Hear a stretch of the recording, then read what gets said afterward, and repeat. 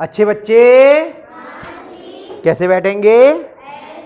बेटा आज हम लोग नया अध्याय शुरू कर रहे हैं, सांख्यिकी। इस अध्याय में हम लोग पाई चार्ट यानी कि वृत्त आरेख बनाना सीखेंगे, और इससे पहले हम लोग छठे में दंड आरेख बनाना सीख के आए हैं। अगर आपको याद होगा कुछ इस तरह के चित्र बनते थे, हमने ग्राफ पेपर पे बनाए थे, इस तरह के थे, और फिर ये, और फिर उनमें रंग भी करवाए थे। आपको याद होगा अगर तो बनते थे, याद आए? ऐसे बनते थे ना, अलग अलग तरह के। तो इसको तो हम दंडारेख बोलते थे। और आज हम सीखेंगे दंड, डंडे जैसा, वृत्तारेख, वृत्त जैसा। वृत्त किसको बोलते हैं? इस आकृति को हम वृत्त बोलते हैं। तो आज हम लोग वृत्त आरेख बनाना सीखेंगे इस चैप्टर में, इस अध्याय में। ठीक है, तो वृत्त आरेख बनाने से पहले हम दो तीन चीजों को सीख ले, समझ लें, तो हमारी थोड़ी सी आसानी हो जाएगी। ठीक है, पहली बात जो सबसे महत्वपूर्ण है समझने की, वो ये कि सांख्यिकी में जो हम आंकड़ों को चित्र के रूप में प्रदर्शित करते हैं, उसका उद्देश्य क्या होता है कि एक नजर में जो आपको सूचना चाहिए वो मिल जाए। पहली बात, देखते ही आंकड़े देखो, जैसे अभी हमने दंडारेख बनाया था, लाओ फिर से बनाते हैं।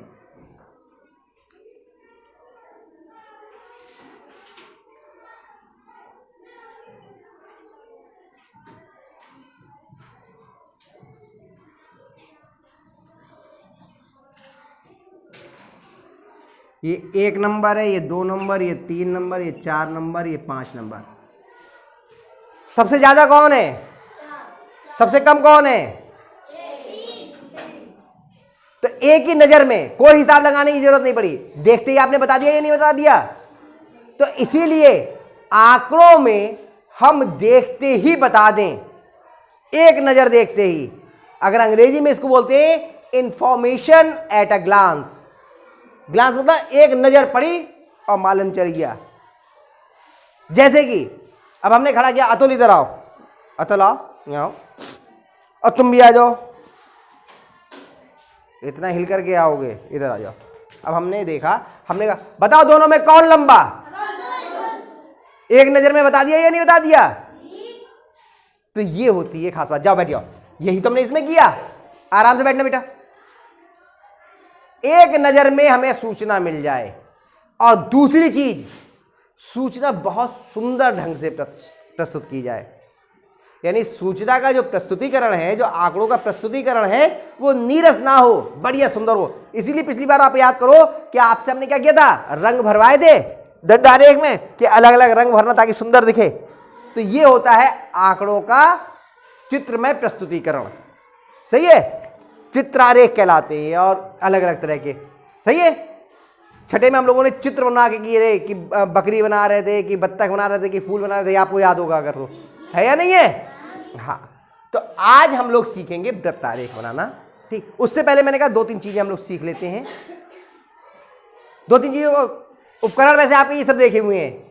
इसको क्या बोलते हैं? पटरी या पैमाना या स्केल। ठीक है,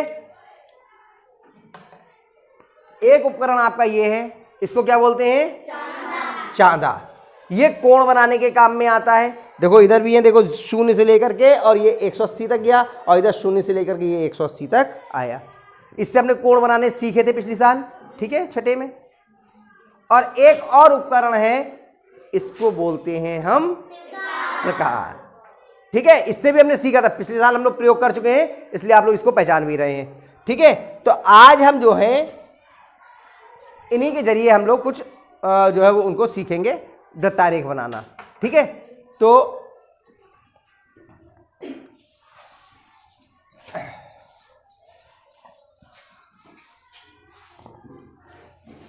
जैसे हमारे पास में एक हमने ये वृत्त बनाया, किसी भी नाप का वृत्त बना लिया, ये इसका केंद्र होगा। केंद्र क्या है? जहां पर प्रकार की नोक होती है वही तो केंद्र होता है, और ये क्या कहलाता है? परिधि। ठीक है, अगर हम यहां पर सीधे सीधे इसका एक व्यास खींच दें, ऐसे बिल्कुल सीधी लाइन केंद्र से होते हुए, ये क्या कहलाती है? व्यास। आधा हिस्सा त्रिज्या कहलाती है। तो इसने इसको कितने हिस्सों में तोड़ दिया? 2 बराबर हिस्सों में हो गया। अगर हम एक बिल्कुल सीधी ही ये खींचते, और ध्यान रखिए बिंदु के चारों ओर का कुल कोण कितना होता है? 360 अंश। संपूर्ण कोण कितने अंश का होता है? 360।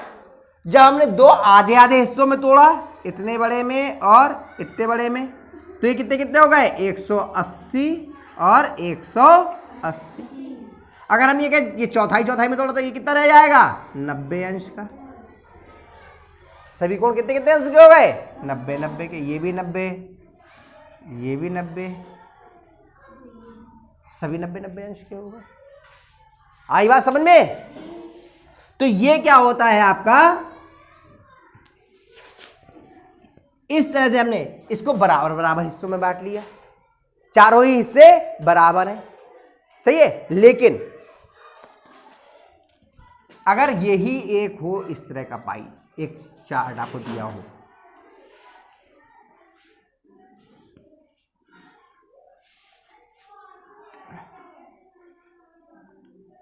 ये है अपनी पाकड़ के पेड़, अपने ही स्कूल के मान लो, ठीक है। ये हैं आपके काय के गुटेल के पेड़, और ये हो गए आपके करतूत के पेड़। तो बताओ सबसे ज्यादा पेड़ किसके हैं? गुलाब थोड़ी लिखा है, हाँ। सबसे ज्यादा पेड़ किसके हैं? और सबसे कम पेड़ किसके हैं? तो देखते ही आप पहचान गए या नहीं पहचान गए? एक नजर देखा और आपने बता दिया कि भैया सबसे ज्यादा पेड़ हैं गुटेल के, सबसे कम पेड़ हैं पाकड़ के, और करतूत के उससे कुछ ज्यादा हैं। करतूत के 3-4 पेड़ हैं ना प्रिया, 4-5 होंगे, क्यों? गुटेल के 8-10 पेड़ है, पाकड़ के केवल 2 पेड़ है ना। इस तरह से हमने ये बना लिया। तो इसी तरह से आपको पाई चार्ट कुछ बनाने पड़ेंगे और कुछ बने होंगे, उन प्रश्नों के उत्तर आपको देने होंगे। तो अभ्यास शुरू करेंगे, ठीक है? उसका करते हैं, रुक।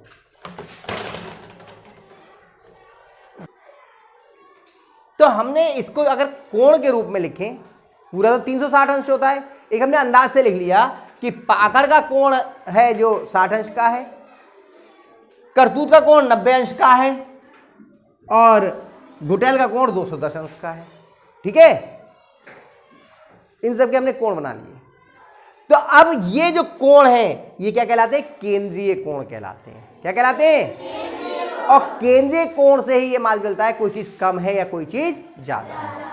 जिसका केंद्रीय कोण बड़ा वो ज्यादा, और जिसका केंद्रीय कोण छोटा वो कम, ठीक है, कम या छोटा, ठीक है। तो अब हम लोग सवाल करना शुरू करते हैं इसके आगे, उससे अभ्यास से।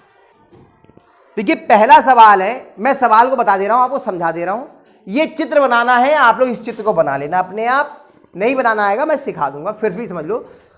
360 अंश होता है, पहले वृत्त बनाना और एक व्यास खींचना, तो 180 अंश का हो गया, ये द्वितीय श्रेणी में आया। फिर यहाँ पे घुमा के कॉपी घुमा करके यहाँ पे 90 अंश का कोण बना लेना, ये हो गया आपका तृतीय श्रेणी। फिर एक 30 अंश का कोण बना लेना, ये होगा अनुत्तीर्ण, और जो बचेगा उस कोण को नाप लेना, वो होगा 60 अंश का, सही है। कोण आपको बनाने आते हैं तो आप ये आसानी से कर लोगे, ठीक है। फिर भी कोई समस्या होगी तो मैं बता दूंगा, आपस में आपसे कई बच्चों को आते हैं कोण बनाना, वो बना लेंगे। आगे जब बनाने का आएगा तब मैं बाद में बताऊंगा, अभी बनाने का नहीं है, अभी इस पे आधारित प्रश्न उत्तर है वो करने हैं। तो अभी इसलिए बनाने वाला मैं प्रक्रिया रोक दे रहा हूं, तब मैं आपको कोण बनाना भी सिखाऊंगा, जब बनाने का आएगा आगे तो तब सिखाऊंगा एक बार। अब यह है, किसी कक्षा की वार्षिक परीक्षा में 60 शिक्षार्थियों के परिणाम निम्नांकित पाई ग्राफ द्वारा निरूपित हैं। चित्र देख के बताइए कितने बच्चे हैं कुल? 60। अभी सवाल में आया ना, कुल 60 बच्चे हैं। सबसे अधिक शिक्षार्थी किस श्रेणी में उत्तीर्ण हुए बताओ? सबसे अधिक शिक्षार्थी किस श्रेणी में उत्तीर्ण हुए बताओ? इसी में देख करके मालूम चल रहा है। 60 वाले में सबसे ज्यादा 180 वाले में। कौन सी श्रेणी है वो? द्वितीय श्रेणी, सेकेंड डिवीजन। कौन सी वाली है? द्वितीय श्रेणी। दूसरा सवाल, सबसे कम शिक्षार्थी किस श्रेणी में उत्तीर्ण हुए? बेटा अनुत्तीर्ण का मतलब फेल होता है। पास तो केवल ये हुए हैं, ये हुए हैं और ये हुए हैं, ये तो फेल हो गए। तो 60 वाली श्रेणी कौन सी है? 60 वाली श्रेणी कौन सी है? प्रथम श्रेणी। कौन सी है? प्रथम श्रेणी। तीसरा सवाल, अनुत्तीर्ण शिक्षार्थियों की संख्या कितनी? अब यहां पे संख्या पूछी है। आपको कोण तो मालूम है, कोई बात नहीं, भी देखते हैं। कोण तो मालूम है आपको, लेकिन आपको संख्या नहीं मालूम है। तो संख्या निकालने का तरीका क्या होता है वो समझ लो पहले। संख्या निकालने के लिए अनुत्तीर्ण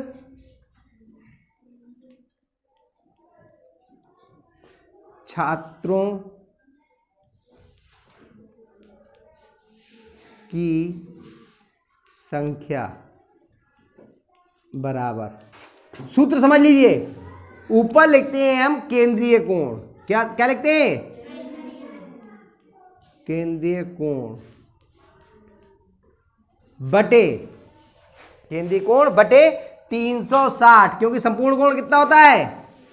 360 अंश का। पूरा कोण कितना है? ये 360, और गुणा जो भी है, कुल छात्रों की बात हो रही है, गुणा कुल छात्र, गुणा। अब किसी और चीज की गणना कर रहे होते तो वो जाते। सही है। तो केंद्रीय कोण कितना है यहां पर अनुत्तीर्ण छात्रों का? अनुत्तीर्ण छात्र बताने कितना है? अनुत्तीर्ण कितना है? 30। तो 30 बटे 360 गुणा 60 गुणा 60। अब देखो, एक शून्य से एक शून्य कट गया, 6 एकम 6, 6 छंग 36, और 6 एकम 6, 6 पंजे 30। कितने आ गए? 5 छात्र अनुत्तीर्ण हुए। आगे गिनती निकल गए। आया तरीका? केंद्रीय कोण कितना है अनुत्तीर्ण छात्रों का? 30 बटे 360 गुणा कुल छात्र कितने हैं? 60। लिख दिए, निकल आया। और अगला सवाल क्या है? प्रथम और द्वितीय श्रेणी में उत्तीर्ण छात्रों की संख्या का अनुपात बताना है। यानी ऊपर प्रथम श्रेणी के और नीचे द्वितीय श्रेणी के। ठीक है, तरीका मैं यहां कर देता हूं। यहीं किधर करूं? यहां कर देता हूं। चलो,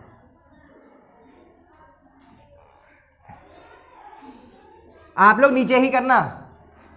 चौथा खंड है, प्रथम तथा द्वितीय श्रेणी में, आप एक ही लाइन में लिखना बेटा, अगर एक में आ जाए तो। उत्तीर्ण छात्रों का अनुपात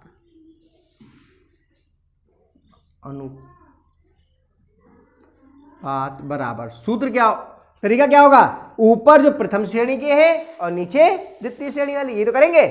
तो प्रथम श्रेणी का कोण कितना है? प्रथम श्रेणी वालों का कोण कितना है? 60 बटे 360 गुणा कुल संख्या कितनी है? 60। ये तो हो गए प्रथम श्रेणी वाले बच्चों की संख्या। और द्वितीय वालों की क्या हो जाएगी? द्वितीय में कितने? 180। 180 बटे 360 गुणा 60 बराबर। अब ये तो ऐसे लिख जाएगा 60 बटे 360 गुणा 60, और इसका क्या होगा? व्युत्क्रम हो जाता है। जो बटे में होता है उसको क्या करते हैं? पलट देते हैं। अंश का हर और हर का अंश, तो ये जाएगा गुणा 360 बटे 180 गुणा 60। तरीका समझ लो। जो हर होता है, हर को गुणा में करते हैं तो उसको पलट देते हैं, अंश का हर कर देते हैं और हर का अंश। ये कब करते हैं? जब हर भिन्न के रूप में हो।